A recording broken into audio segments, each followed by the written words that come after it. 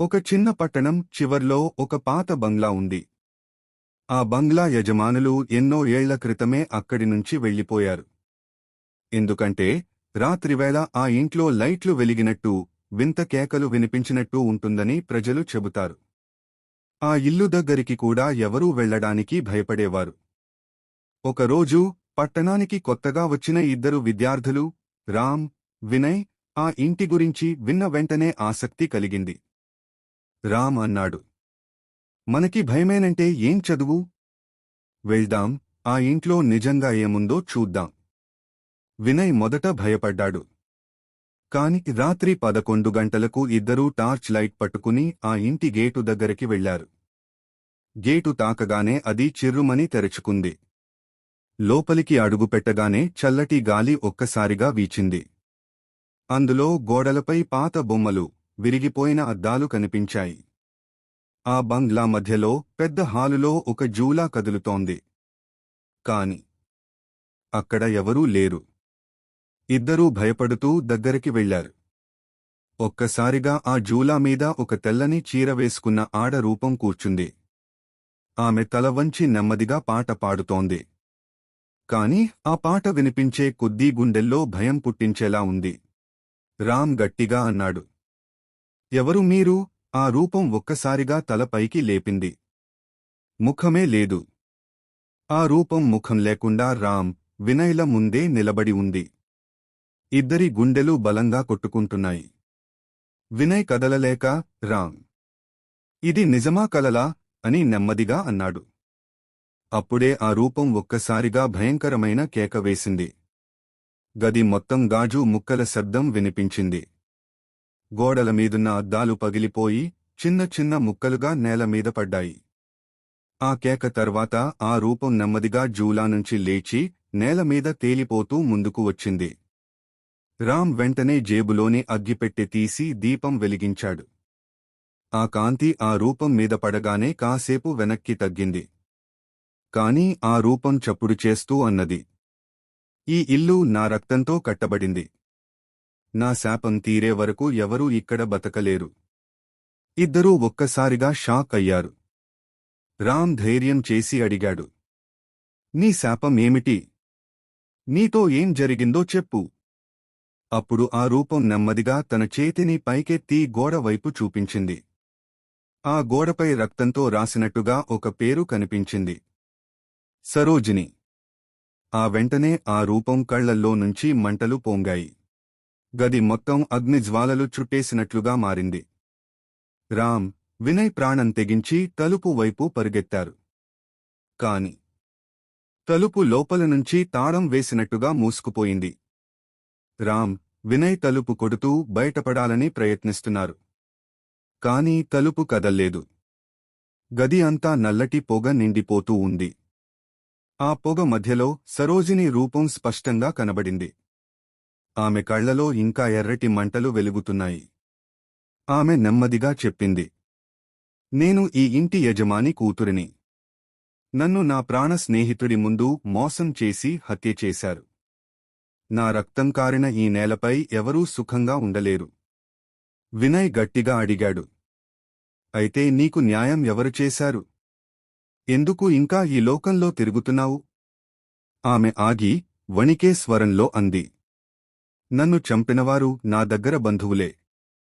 వాళ్ల రక్తం ఈ ఇంట్లో కారే వరకు నా ఆత్మకు శాంతి లేదు. అది చెప్పగానే గది గోడలమీద నల్లని చేతి ముద్రలు ఒక్కొక్కటిగా పడటం మొదలైంది. ఆ ముద్రలు క్రమంగా రామ్, వినయ్ వైపు కదిలాయి. ఇద్దరూ భయంతో ఒక మూలలోకి వెనక్కి వెళ్లిపోయారు. రామ్ మాత్రం ధైర్యంగా అన్నాడు, సరోజిని, మేము నీకు ఏం చేయలేదు. దయచేసి మమ్మల్ని వదిలిపెట్టు. కాసేపు నిశ్శబ్దం.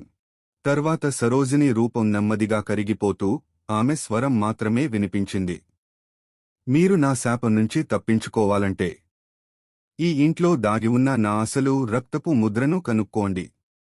లేని పక్షంలో మీరే నా బలి అవుతారు. అది చెప్పగానే పొగ ఒక్కసారిగా కనుమరుగైంది. గది మళ్లీ ఖాళీగా మారింది. రామ్, వినయ్ ఇద్దరూ చెమటలతో తడిసి ఒకరిని ఒకరు చూసుకున్నారు.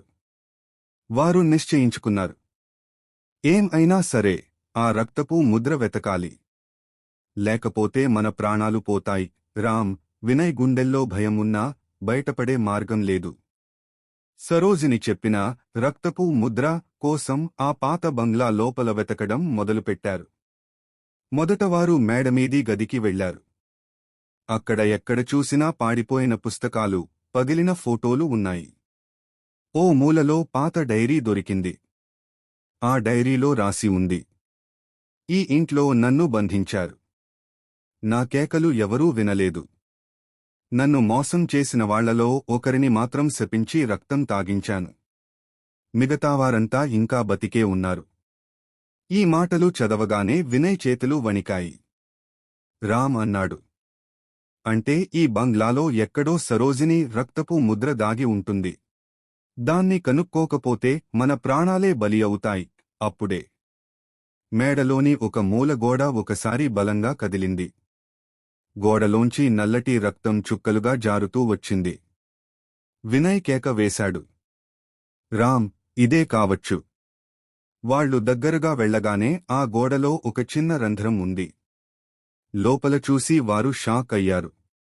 అక్కడ ఒక మానవ ఖడ్గం, స్కల్, రక్తపు ముద్రతో కప్పబడి ఉంది. ఆ క్షణం గదంతా గాలి గట్టిగా వీస్తూ తలుపు స్వయంగా మూసుకుపోయింది. ఒక గంభీరమైన స్వరం వినిపించింది, మీరు నిషేధిత స్థలాన్ని తాకారు. ఇప్పుడు తప్పించుకోలేరు. ఆ స్వరం విన్న వెంటనే ఆ గోడనుంచి చీకటి రూపాలు బయటికొచ్చి రామ్, వినయ్ను చుట్టుముట్టాయి. రామ్, వినయ్ చుట్టూ ఆ చీకటి రూపాలు గట్టిగా గాలిని పీలుస్తున్నట్టుగా దగ్గరికి వస్తున్నాయి. వాళ్ల శరీరాలు ఒక్కసారిగా బరువుగా మారాయి. వినయ్ గట్టిగా అరిచాడు, రామ్, నేను కదల్లేకపోతున్నాను. అప్పుడే రక్తపు ముద్ర ఉన్న ఆ గోడ దగ్గర నుంచి సరోజిని రూపం మళ్లీ ప్రత్యక్షమైంది. ఆమె కళ్లలో ఇప్పుడు మంటలు కాకుండా ఆవేదన కనిపించింది. ఆమె అంది, మీరు నిజం కోసం వెతుకుతున్నారు. కాని నా శాపం నుంచి బయటపడాలంటే ఈ ఖడ్గం మీద ఉన్న ముద్రని శుద్ధి చేయాలి. రామ్ అడిగాడు, శుద్ధి ఎలా చేయాలి? ఆమె నెమ్మదిగా చెప్పింది, నా ఆఖరి శ్వాసలో పాడిన మంత్రం ఈ డైరీలో రాసి ఉంది. ఆ మంత్రం చదివితేనే నా ఆత్మకు శాంతి లభిస్తుంది. కాని చదివేవారు భయానికి లొంగకుండా ఉండాలి. లేకపోతే వాళ్ల ప్రాణమే ఆ ముద్రలో ఇరుక్కుపోతుంది. ఇంతలో ఆ చీకటి రూపాలు ఇంకా దగ్గరికి వచ్చాయి. గది మొత్తం కేకలతో మార్మోగింది. రామ్ వెంటనే డైరీ తెరిచి ఆ చివరి పేజీ చూశాడు. అక్కడ రక్తంతో రాసిన అక్షరాలు ఉన్నాయి. అవి సాధారణ తెలుగు కాదు, చాలా పాత మంత్రాలా కనిపించాయి. రామ్ చదవడం మొదలుపెట్టగానే గది ఒక్కసారిగా కంపించింది. గోడలు పగిలిపోతున్నట్టుగా శబ్దం వచ్చింది. వినయ్ కేక వేస్తూ అన్నాడు, ఆపు రామ్, ఏదో పెద్ద ప్రమాదం జరుగుతుంది. కాని రామ్ ఆగలేదు. మంత్రం పూర్తవగానే ఆ ఖడ్గం మీదున్న రక్తపు ముద్ర ఒక్కసారిగా ఎరుపు మంటగా వెలిగింది. సరోజిని రూపం కళ్లలో కన్నీళ్లు తాకాయి. ఆమె అంది, ఎన్నో ఏళ్ల తర్వాత నాకు విముక్తి దొరికింది. కాని అది చెప్పగానే రామ్ శరీరం ఒక్కసారిగా వణికింది. అతని ఛాతీ మీద అదే రక్తపు ముద్ర ఏర్పడింది. రామ్ ఛాతీపై కనిపించిన రక్తపు ముద్ర ఎర్రగా వెలిగిపోతూ నెమ్మదిగా అతని శరీరంలోకి దిగిపోతుంది. వినయ్ భయంతో కేక వేశాడు, రామ్, నీ ఛాతీ నుండి పొగ వస్తోంది. ఏమవుతోంది నీకు? రామ్ శరీరం ఒక్కసారిగా గాలిలోకి లేచినట్లుగా వణికిపోయింది. అతని కళ్ళు పూర్తిగా ఎర్రగా మారాయి. అప్పుడే సరోజిని ఆత్మ దగ్గరికి వచ్చి నెమ్మదిగా అంది, రామ్, నన్ను విముక్తి చేసినందుకు ధన్యవాదాలు. కాని ఇప్పుడు నా శాపం అతని శరీరంలో ప్రవేశించింది. నేను వెళ్ళిపోయినా ఆ శాపం రక్తానికి బంధించబడి ఉంటుంది. వినయ్ షాక్ అయి అడిగాడు, అంటే రామ్ ప్రాణం పోతుందా? సరోజిని స్వరం విషాదంగా మారింది. ఒకే ఒక మార్గం ఉంది. ఈ ఇంట్లోని గుప్తగదిలో ఉన్న శుద్ధి అగ్నిలో ఆ ముద్రను కాల్చాలి. కాని ఆ అగ్ని దగ్గరికి చేరడం సులభం కాదు. దాన్ని కాపాడే ఆత్మలు ఇంకా ఆకలితో తిరుగుతున్నాయి. అంతలో రామ్ కళ్ళు తెరిచి గట్టిగా గర్జించాడు. అతను మనిషిలా కాకుండా ఏదో దెయ్యపు స్వరంతో మాట్లాడుతున్నాడు. ఇక నేను రామ్ కాదు. ఈ ఇంటి శాపం నాలో జీవిస్తుంది. వినయ్ గుండెల్లో రోమాలు నిక్కబొడుచుకున్నాయి. తన స్నేహితుడి కళ్ల ముందు అతను శపించిన బలిగా మారిపోతున్నాడు. వినయ్ ధైర్యం చేసి అన్నాడు, నిన్ను నేను వదలను రామ్. ఏదైనా చేసి ఆ అగ్ని వరకు తీసుకెళ్తాను. అదే సమయంలో గదంతా ఒక రహస్య ద్వారం నెమ్మదిగా తెరుచుకుంది. లోపలనుంచి నల్లటి గాలి బలంగా వీచింది. ఆ ద్వారం లోపలే ఆ శుద్ధి అగ్ని ఉందని వినయ్ గ్రహించాడు. కాని ద్వారం దగ్గర 2 భయంకరమైన ఆత్మలు కాపలా కాస్తూ కనిపించాయి. రహస్య ద్వారం ముందు నిలిచిన ఆ 2 ఆత్మలు భయంకరంగా కనిపించాయి. పొడవాటి కొమ్ముల్లాంటి తలలు, ఎర్రగా వెలిగే కళ్ళు, నల్లటి పొగలో తేలుతున్న శరీరాలు. వినయ్ గుండె బలంగా కొట్టుకుంటోంది. అయినా వెనక్కి తగ్గలేదు. నా స్నేహితుడిని కాపాడుకోవాలి అంటే వీళ్లని దాటక తప్పదు అనుకున్నాడు. ఆ ఆత్మలు గర్జించాయి. ఈ ద్వారం లోపల అడుగుపెట్టే వారెవరూ బతికి బయటపడరు. రామ్ అప్పటికే శాపం ప్రభావంలో ఉంది. అతని శరీరం వణుకుతూ గంభీరంగా అన్నాడు, వినయ్, నువ్వు ఆగిపో. లేకపోతే నీ ప్రాణం కూడా పోతుంది. కాని వినయ్ ధైర్యంగా ముందుకు అడుగు వేశాడు. అతని జేబులో ఇంకా సరోజిని ఇచ్చిన డైరీ ఉంది. ఆ డైరీ నుంచి ఒక పేజీ జారిపడి నేల మీద పడింది. ఆ పేజీపై పురాతన చిహ్నం ఉంది. వినయ్ దాన్ని గాల్లో ఎత్తి చూపగానే ఆ ఆత్మలు ఒక్కసారిగా వెనక్కి తగ్గాయి. వాళ్లు కేకలు వేస్తూ అరిచాయి. ఆ గుర్తు, అది శుద్ధి అగ్నికి తాళం. దాన్ని ఎలా దొంగలించావు? వినయ్ ఆ అవకాశాన్ని వదిలిపెట్టలేదు. వెంటనే రామ్ను పట్టుకుని ఆ ద్వారం లోపలికి దూకాడు. లోపల గుహల్లాంటి చీకటి మార్గం ఉంది. ఆ మార్గం చివర నీలి అగ్ని వెలుగుతోంది. అదే శుద్ధి అగ్ని. కాని రామ్ శరీరం ఒక్కసారిగా వినయ్ చేతుల నుంచి తప్పించుకుని గాల్లో తేలిపోయాడు. అతని కళ్లలో మళ్లీ ఆ దెయ్యపు మంటలు వెలిగాయి. అతను గర్జించాడు, నేను ఇక నీ స్నేహితుడు కాదు.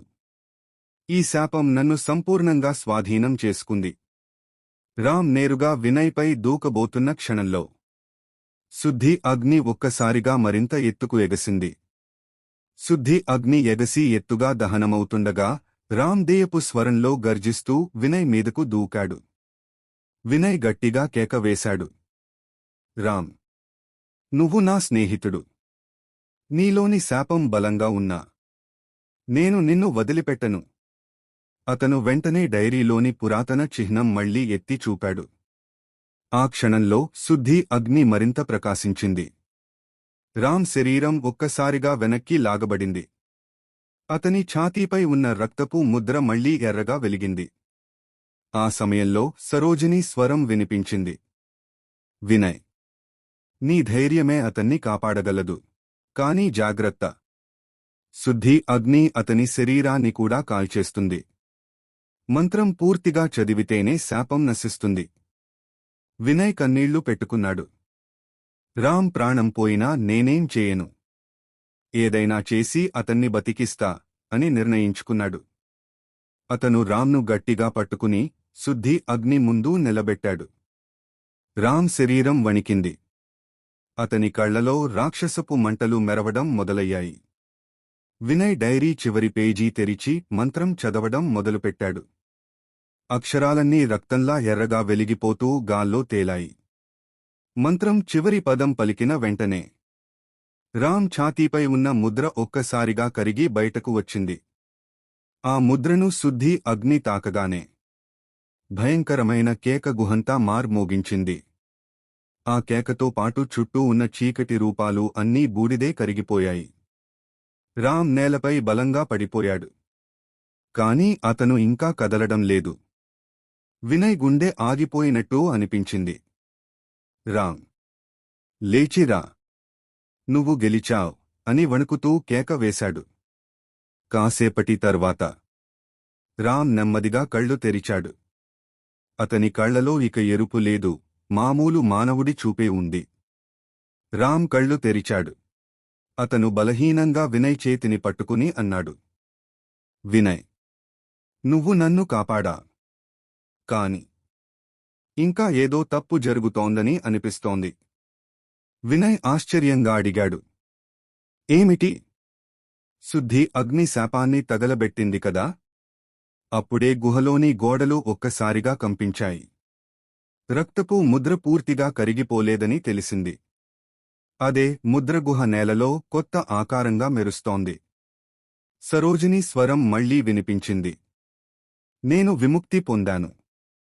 కాని నా శాపానికి మూలం ఇంకా బతికే ఉంది. నా రక్తం కార్చిన నిజమైన నేరస్తులు ఇంకా బ్రతుకుతున్నారు. ఈ ఇంటి శాపం పూర్తిగా తొలగాలంటే వాళ్ల రక్తమే కావాలి. రామ్, వినయ్ షాక్ అయ్యారు. అంటే ఈ ఇల్లు ఇంకా శపించబడే ఉందా అని వినయ్ అడిగాడు. ఆ క్షణంలో గుహలోని అగ్ని మాయమైపోయింది. చీకటి కమ్మేసింది. ఒక కొత్త రూపం ఆ చీకట్లో కనిపించింది. అది మానవ రూపం, కాని ముఖం పూర్తిగా కప్పబడింది. ఆ రూపం గంభీరంగా అన్నది, మీరు శాపాన్ని అర్థం చేసుకోలేదు. ఈ బంగ్లాలో అడుగుపెట్టినవారు ఎవరైనా వాళ్ల రక్తం ఈ నేలను తాకక తప్పదు. మీరు తప్పించుకోలేరు. రామ్ లేచి నిలబడే ప్రయత్నం చేశాడు, కాని బలహీనంగా నేలపై కూలిపోయాడు. వినయ్ మాత్రం ధైర్యంగా ఆ రూపం వైపు నడిచాడు. నువ్వెవరు అని కేక వేశాడు. ఆ రూపం నెమ్మదిగా ముఖంపై కప్పు తొలగించింది. అది ఈ బంగ్లా పాత యజమాని. రామ్, వినయ్ కళ్ళు నెత్తిన కదిలాయి. అతను చల్లగా అన్నాడు. నేనే సరోజినిని మోసం చేసి చంపాను. ఆమె రక్తంతోనే ఈ ఇల్లు కట్టబడింది. శాపం అంతం కావాలంటే నా రక్తం కావాలి. కాని నా రక్తం ఈ నేలను తాకదు అని చెప్పగానే అతని రూపం ఒక్కసారిగా దెయ్యంలా మారిపోయింది. బంగ్లా పాత యజమాని రూపం భీకర దెయ్యంలా మారింది. అతని కళ్ళు ఎర్రగా మెరిసి నాలుక పొడవుగా బయటికి వచ్చి కేకలు వేయసాగింది. ఈ ఇల్లు నా రక్తంతోనే నిలబెట్టబడింది. ఎవరు దానిని తాకలేరు అని గర్జించాడు. రామ్ బలహీనంగా నేలపై ఉన్నా వినయ్ మాత్రం ధైర్యంగా ముందుకు వెళ్లి తన వద్ద ఉన్న రుద్రాక్షమాలను అతని ముఖం మీద విసిరాడు. దెయ్యం ఒక్కసారిగా వెనక్కి తడబడ్డది. కాని అది ఆగలేదు. వెంటనే దూసుకెళ్లి వినయ్ గొంతును పట్టుకుంది.